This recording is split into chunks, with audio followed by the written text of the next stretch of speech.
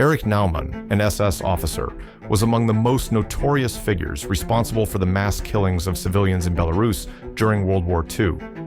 As the head of Einsatzgruppe B, a mobile killing unit responsible for carrying out mass executions in Nazi-occupied territories, Naumann orchestrated some of the most gruesome massacres in history. Born in 1905, Naumann was initially an ordinary businessman, but the rise of Adolf Hitler and the Nazi regime transformed him into a ruthless killer under the banner of racial purity.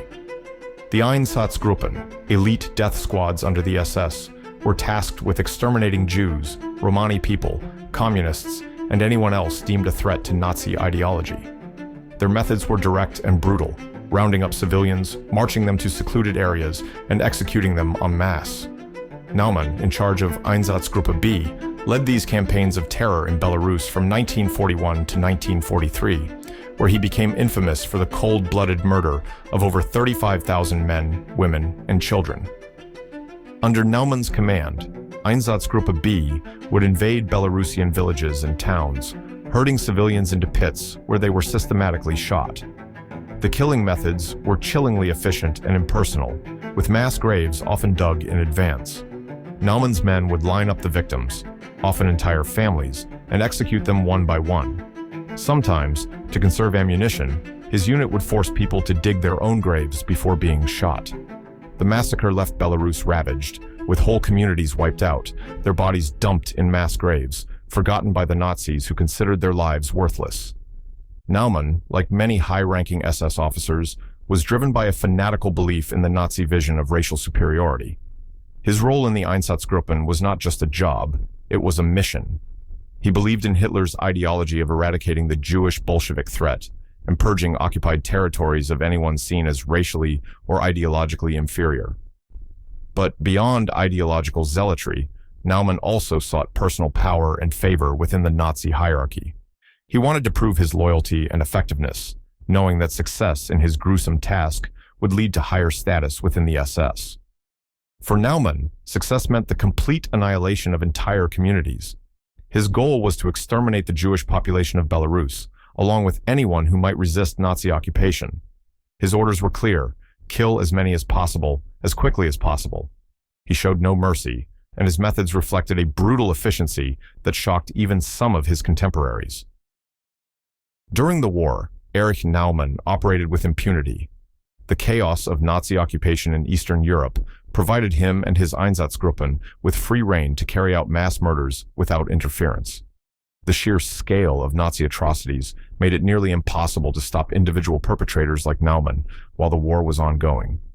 The local populations in Belarus were powerless, as Nazi forces controlled every aspect of life in the occupied regions.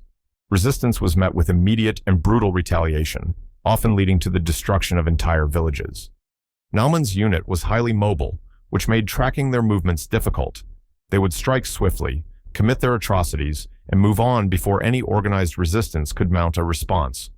The local partisans, while brave, were outgunned and could do little to stop the massacres. The Soviet Union, while slowly pushing back the Nazis on the Eastern Front, was still years away from liberating Belarus. In the meantime, Naumann and his men continued their reign of terror. As the war turned against the Nazis, Naumann realized that his time was running out. In 1944, with the Red Army advancing, the Nazis began to retreat from Belarus. Naumann, like many other SS officers, attempted to erase evidence of his crimes by covering up mass graves and burning villages.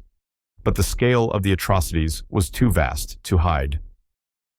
After the war, Naumann went into hiding, hoping to avoid capture and prosecution. He, like many Nazi war criminals, assumed that with the chaos of post-war Europe, he could slip through the cracks.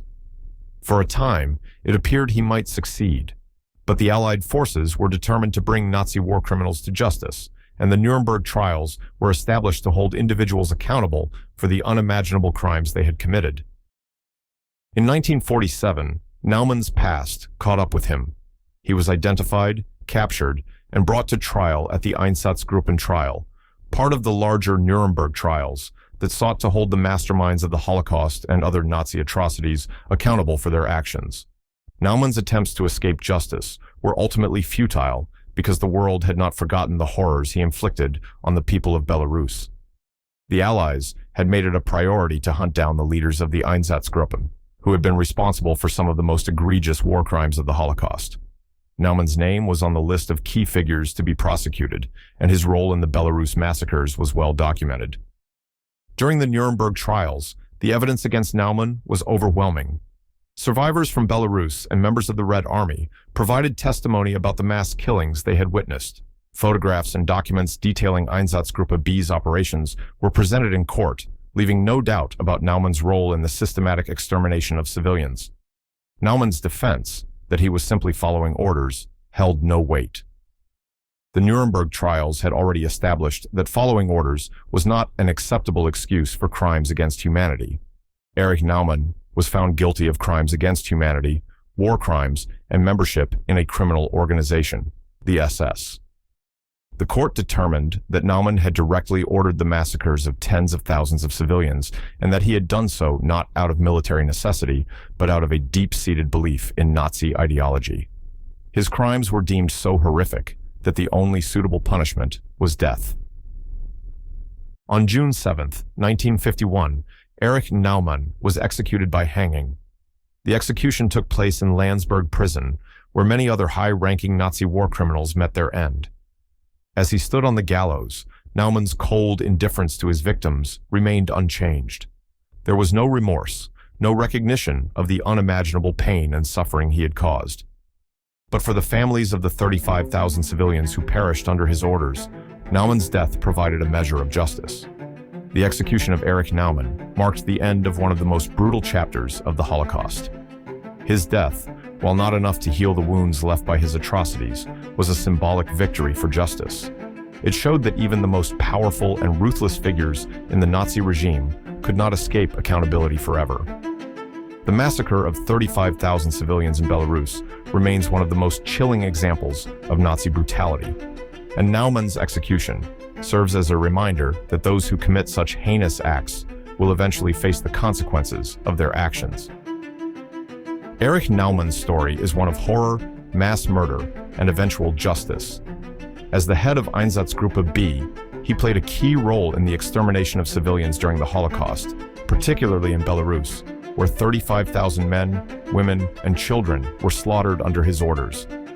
Naumann's trial and execution at the Nuremberg Trials stand as a testament to the world's resolve to hold Nazi war criminals accountable for their atrocities.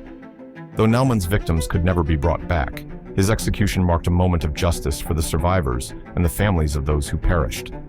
The legacy of Erich Naumann and the Einsatzgruppen is one of deep darkness, a reminder of the depths of cruelty humanity can sink to under the guise of ideology. The executions of men like Naumann show that even if justice is delayed, it can still be served. The massacre of Belarus, like so many other Nazi atrocities, remains etched in history as a crime against humanity that will never be forgotten.